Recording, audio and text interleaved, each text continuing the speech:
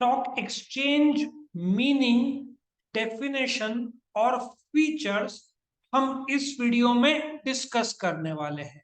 मैं आपको Bombay stock exchange की वेबसाइट और फोटो भी दिखाऊंगा। तो सबसे पहले तो आपको समझना पड़ेगा ये चैप्टर कितने मार्क्स का है। तो यहाँ पे 11 और 12 मिलकर बोला है, तो 14 मार्क का इसका पिछला चैप्टर जो कि फाइनेंशियल मार्केट है 11th, और ये 12th मिलकर 14 मार्क्स विद ऑप्शन और 10 मार्क का। सो ये चैप्टर में क्वेश्चन भी बड़े बड़े लिमिटेड है। आपको एक फंक्शन, स्टॉक एक्सचेंज टर्म्स तो ऑब्जेक्टिव में आएगा और एक हाथ 3-4 क्वेश्चन आपको करने हैं इस चैप्टर में। आया समझ में? सबसे पहले तो स्टॉक एक्सचेंज होता क्या है, इसको समझने के लिए आपको समझना पड़ेगा कि एक कंपनी शेयर बाजार में लाती है। ठीक है, जब एक कंपनी पहली बार शेयर बाजार में लाती है उसको आईपीओ बोलते हैं। इसका लाइव एग्जांपल बताने के लिए मैं आपको सुला का आईपीओ के बारे में बताऊंगा। ठीक है, नाउ सुला इंडिया की नंबर 1 वाइन की कंपनी है। ठीक है, तो सुला पहले प्राइवेट लिमिटेड था, अभी उन लोगों ने शेयर्स मार्केट में लाया वाया द आईपीओ मोड। इसको प्राइमरी मार्केट या तो न्यू इश्यू मार्केट बोलते हैं। आया समझ में? तो दिसंबर 12 से 14 का टाइम फ्रेम था जिसमें लोगों ने शेयर्स के लिए अप्लाई किया। ठीक है, यहाँ पे अप्लाई होता है, क्या होता है? अप्लाई होता है। और इस तारीख को आपको शेयर्स अलॉट होते हैं। और जिस तारीख को अभी सुला के शेयर्स शेयर बाजार में खरीदी बिक्री नहीं हो रहा है, 22 दिसंबर 2022 से नेशनल स्टॉक एक्सचेंज और बॉम्बे स्टॉक एक्सचेंज, जो इंडिया के दो बड़े मार्केट है, वहां पे सुला के शेयर्स का खरीदी बिक्री शुरू हो जाएगा। जो ये रहा नेशनल स्टॉक एक्सचेंज और ये बॉम्बे स्टॉक एक्सचेंज, ये दलाल स्ट्रीट में है, ये बांद्रा कुर्ला कॉम्प्लेक्स में है। तो स्टॉक एक्सचेंज एक ऐसी जगह, ठीक है, स्टॉक एक्सचेंज एक ऐसी जगह है जहां पे वेरियस टाइप्स ऑफ सिक्योरिटीज, इसमें इक्विटी आएगा, ठीक है, प्रेफरेंस आएगा, बॉन्ड्स आएगा, डिबेंचर्स आएगा। ठीक है, ये खरीदे और बेचे जाते हैं। सो मैं एक डायग्राम ड्रॉ करके बताता हूं तो आपको अच्छे तरीके से समझ में आएगा। सपोजिटली मैं एक डायग्राम ही ड्रॉ करके आपको देता हूं। ये रहा आपका एक ड्राइंग आ रहा है। ओके, सो सपोजिटली ये स्टॉक एक्सचेंज है। ओके, ये स्टॉक एक्सचेंज है। कौन सा? Bombay stock exchange. ठीक है, एक सेलर है, एक आदमी है जिसको शेयर्स बेचना है। ठीक है, एक आदमी है जिसको शेयर्स खरीदना है। सो आप लोग ये ट्रांजैक्शन, इसको, ये बायर है, ये मिस्टर ए है, ये मिस्टर बी है। तो दोनों शेयर बाजार में ही ये खरीदी बिक्री हो सकता है, लेकिन कायदा ये बोलता है सेलर का अपना ब्रोकर होगा, फॉर एग्जाम्पल शेर खान।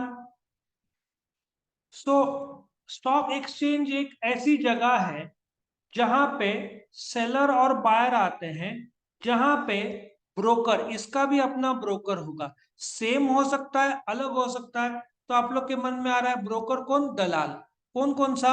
आप लोग का शेर खान का नाम सुना होगा, शेर खान, जीरोदा, एंजल ब्रोकिंग, मोतीलाल ओस्तवाल, बहुत सारे ब्रोकर्स हैं। तो ए वाया हिज ब्रोकर, ए ब्रोकर के थ्रू और बी ब्रोकर के थ्रू, ये सब ऑनलाइन होता है। ए के पास 100 रिलायंस के शेयर है बेचने के लिए, बी को 100 शेयर चाहिए। सो शेयर बाजार एक ऐसी जगह है जहां पे सेलर और बायर ऑनलाइन आते हैं, ठीक है, ये लाखों करोड़ों का इसमें डीलिंग होता है, खरीदी बिक्री होता है शेयर्स का, ठीक है। शेयर्स ही नहीं, equity, preference, debentures, government security, bonds, mutual funds, सबका खरीदी और बिक्री वाली जगह को क्या बोलते हैं? Stock exchange. तो स्टॉक मार्केट एक ऐसी जगह है जहां पे इन्वेस्टर और बोरोअर साथ में आते हैं। अब इसका मतलब समझते हैं क्या होता है। सपोजिटली ये आपका स्टॉक एक्सचेंज है, बराबर है। ये स्टॉक एक्सचेंज में मिस्टर ए के पास सरप्लस है 1 लाख रुपया। क्या है? सरप्लस 1 लाख रुपया, मतलब सेविंग्स है।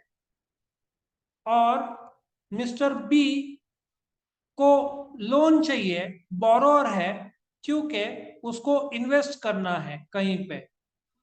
तो स्टॉक एक्सचेंज के जरिया जिसके पास सेविंग्स है वो लोग शेयर बाजार में पैसा लगाते हैं। जिनको पैसों की जरूरत है वो यहां से पैसा उठाते हैं, ये लोग कमाते हैं, और इस प्रकार से इन लोग को फिर बाद में डिविडेंड के रूप में पैसा मिलेगा। लॉजिक समझ में आ रहा है? सो जो मिस्टर ए के पास सरप्लस है उसने पैसा लगाया, जिसको कर्जा चाहिए उसको कर्जा मिला, तो कर्जे के लिए इंटरेस्ट होगा, और यदि शेयर्स पे पैसा लगाया तो डिविडेंड मिलेगा। सो शेयर बाजार एक ऐसी जगह है जहां पे जिसके पास सेविंग्स है, सरप्लस इन्वेस्टर है और बोरोअर है, इसको साथ में लेकर आ। Stock exchange in India are regulated by SEBI. बैंकों का राजा कौन है? आरबीआई। शेयर बाजार का राजा कौन है? SEBI, securities and exchange board of India.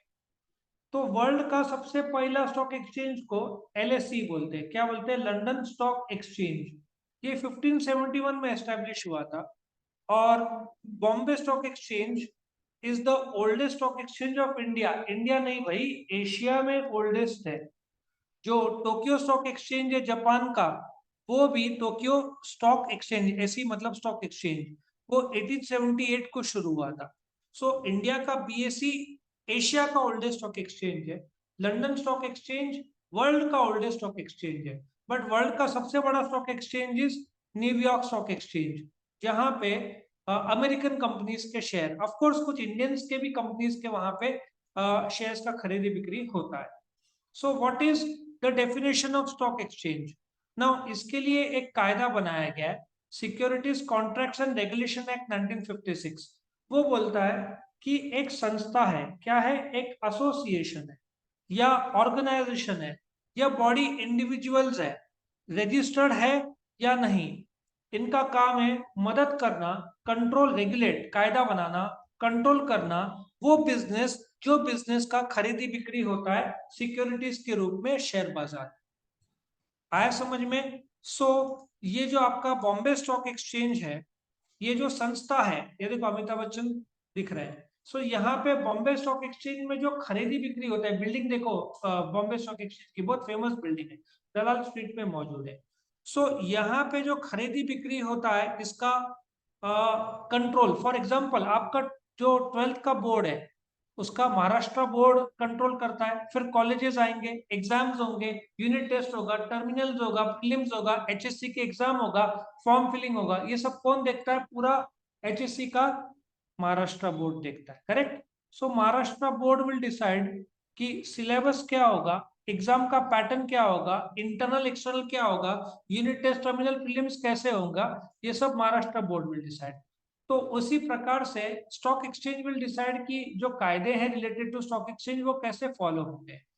एक हस्बैंड एंड डॉकरी ने भी कहा है कि एक प्राइवेटली ऑर्गेनाइज्ड मार्केट जहां पे ट्रेडिंग, खरीदी बिक्री, ट्रेडिंग मतलब खरीदी बिक्री, सिक्योरिटीज मतलब इक्विटी, प्रेफरेंस, ये सब आए, correct. So important features of stock exchange क्या है? ये मार्केट है किस चीज का? सिक्योरिटीज का। कौन से टाइप के सिक्योरिटीज? इसमें गवर्नमेंट के बॉन्ड्स भी हो सकता है, ठीक है, बॉन्ड्स हो सकता है जो बेचे जाएंगे, सेमी गवर्नमेंट के भी कुछ शेयर्स का, जैसे कि आपका भारत हैवी है इलेक्ट्रिकल लिमिटेड, ये कंपनी है, इसमें गवर्नमेंट का भी करीबन 85% के ऊपर शेयर्स का पैसा है, ठीक है ना। तो गवर्नमेंट हो, सेमी गवर्नमेंट बॉडीज हो, ठीक है ना, इन सब के, प्राइवेट हो जैसे कि रिलायंस, इन सब के शेयर्स का खरीदी बिक्री यहाँ पे होता है।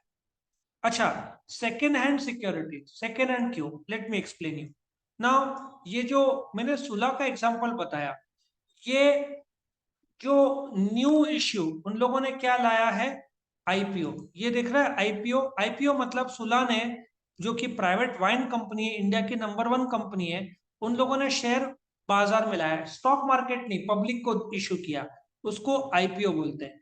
वो जो मार्केट में इशू करते हैं प्राइमरी मार्केट, जैसे तुमने नवी गाड़ी खरीदी, उसके बाद 2-4 साल बाद बेच दिया, तो ये नवी गाड़ी ये स्टॉक एक्सचेंज में नहीं, प्राइमरी मार्केट में सुलाने लाया। लेकिन ये आने के बाद शेयर्स अलॉट हो गया, शेयर्स अस्तित्व में आया, ठीक है, उसके बाद शेयर बाजार में खरीदी बिक्री हुआ।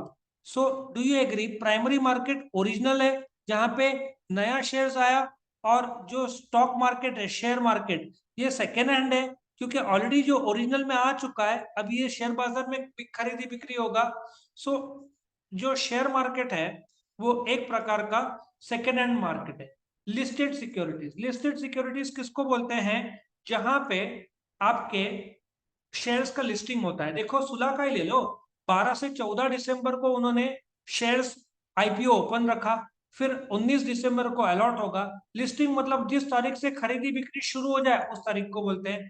बॉम्बे स्टॉक एक्सचेंज में तो 7,000 के ऊपर लिस्टेड है। लिस्टेड मतलब जो शेयर बाजार में जिसका नाम दर्ज है, करीबन 7,000 के ऊपर कंपनीज है जिसका खरीदी बिक्री होता है बॉम्बे स्टॉक एक्सचेंज में।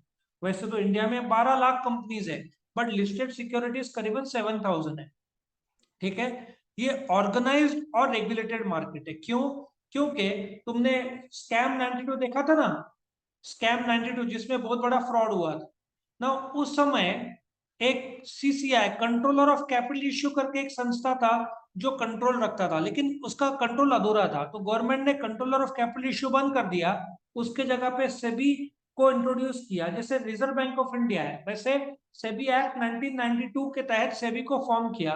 अब सारे के सारे स्टॉक मार्केट, सारे के सारे ब्रोकर्स जो है, जो भी दूसरे अंडर राइटर्स, जो भी शेयर बाजार से संबंधित है, रजिस्टर टू द इश्यू, सबको सेबी के पास रजिस्टर करना पड़ता है, उसके बाद ही उनको लाइसेंस और रजिस्ट्रेशन मिलता है शेयर बाजार में काम करने के लिए। सो इट्स एन ऑर्गेनाइज्ड और रेगुलेटेड मार्केट जहां पे कायदे से होता है। फॉर एग्जाम्पल, तुम्हारा 12th भी तो कायदे से हो रहा है। कैसे कायदे से, कायदा ये बोलता है कि 10th और 12th के बीच में 1 साल का गैप चाहिए। तुमने 2021 में पास किया 10th, तो तुम 2022 में 12th नहीं दे पाओगे, ये कायदा है, 1 साल का वेटिंग चाहिए। तो तुम कब दोगे, शायद तुम अभी दे रहे होंगे 2023 में। ये कायदा किसने बनाया है, महाराष्ट्र बोर्ड ने। उसके बाद फॉर्म फिलिंग तुमको करना पड़ेगा, उसका टाइम है, उसका फीस है, उसका टाइम टेबल है एग्जाम का, ठीक है। तो ये सब कायदे रेगुलेटेड है, तुम्हारा एचएससी भी रेगुलेटेड है, अंधाधुंध नहीं है। तो उसी प्रकार से स्टॉक एक्सचेंज भी एक रेगुलेटेड मार्केट है। स्पेसिफिक लोकेशन, मैं तुमको स्पेसिफिक लोकेशन भी बता दूं। स्पेसिफिक लोकेशन देखो, ये बॉम्बे स्टॉक एक्सचेंज का, तुमको इधर जाने की जरूरत नहीं है, ठीक है, इस जगह से सब कंट्रोल होता है स्टॉक मार्केट का। तो ये जो स्पेसिफिक लोकेशन है, फिजिकल प्लेस मानते हैं, लेकिन तुमको ऑनलाइन खरीदी बिक्री करना होता है। सो वहां पे ब्रोकर्स, दलाल, ये सब होंगे, लेकिन आजकल सब कुछ क्या होता है, इलेक्ट्रॉनिकली होता है। तो ब्रोकर्स के थ्रू रूट होगा, लेकिन तुमको फिजिकली जाने की जरूरत नहीं है। जैसे तुम इधर गए, चाय के दुकान में गए, 10 रुपए की चाय यूपीआई से ट्रांसफर किया, पेटीएम से, तो तुमको कैश देने की जरूरत है नहीं, ऑनलाइन अपने आप होता है ना। उसी प्रकार से खरीदी बिक्री तुम ऑनलाइन कर सकते हो, स्टॉक एक्सचेंज में जाने की जरूरत नहीं है। ट्रेडिंग ओनली थ्रू मेंबर्स, मैंने ऑलरेडी बताया था, तुम ब्रोकर्स के थ्रू ही डील कर सकते हो, वो भी ऑथराइज। ऑथराइज मतलब कौन, जो रजिस्टर्ड है with the SEBI. Famous brokers जो है इंडिया के, शेर खान है, मोतीलाल ओस्तवाल है, जीरोधा बहुत फेमस है, ठीक है ना, 1 करोड़ के ऊपर अकाउंट जीरोधा में खुले हैं। ये सस्ते ब्रोकर्स है, मतलब यहाँ पे बाइंग सेलिंग थोड़ा सस्ता रुपया होता है, 20 रुपया पर ट्रांजेक्शन खरीदी या बिक्री में होता है। शेर खान ये सब परसेंटेज 0.2 0.3 जितना परसेंटेज लेते हैं। फिर मोतीलाल ओस्तवाल है, ऐसे बहुत सारे अच्छे अच्छे ब्रोकर्स है। मोतीलाल ओसवाल, तुम शेर खान, मोतीलाल ओसवाल तुमको गाइड भी करेंगे। जेरोदा तुमको खुद को करना पड़ेगा। एक और सस्ता है एंजल ब्रोकिंग, ठीक है, और एक और ग्रो करके आजकल आई थिंक डब्ल्यू है शायद, वो बहुत फेमस हुआ है। तो ये सारे ब्रोकर्स है, रजिस्टर्ड ब्रोकर्स है जिसके थ्रू तुम खरीदी बिक्री करोगे। तो ये था स्टॉक एक्सचेंज, जिसमें मीनिंग, डेफिनेशन और इंपॉर्टेंट फीचर्स मैंने दे दिया। तो यहाँ पे खत्म होता ही है।